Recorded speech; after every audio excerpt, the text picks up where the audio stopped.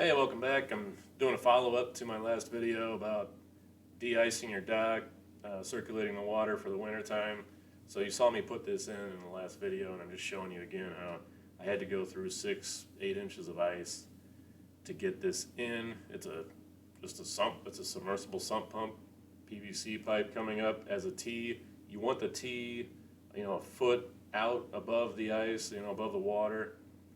And that splashdown effect will get the ripples going, so you're bringing up warmer water from underneath the ice and then spreading that out on top of the ice at first, and then that helps melt the ice from the top and the bottom as you bring up more and more water. So you just plug this in, you leave it in all year, and if you thought there's no way that's going to do it, this melted all the ice around my dock within a week, less than a week.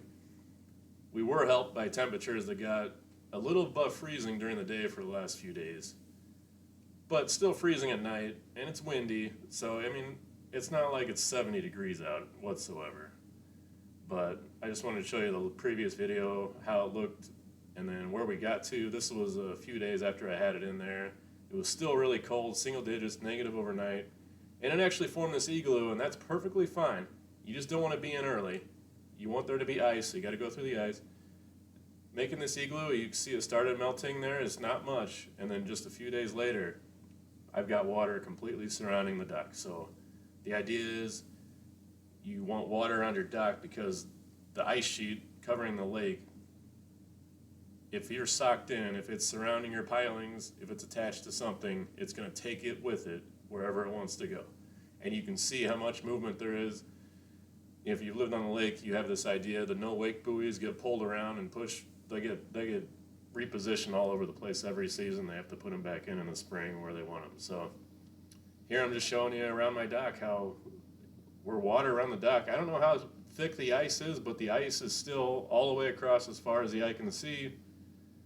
And from what I can tell, it's ice from shore to shore.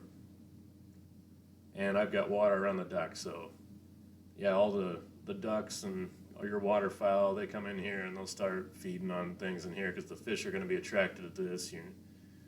It's good for everybody. It's a win-win-win. You're protecting your investment in the dock.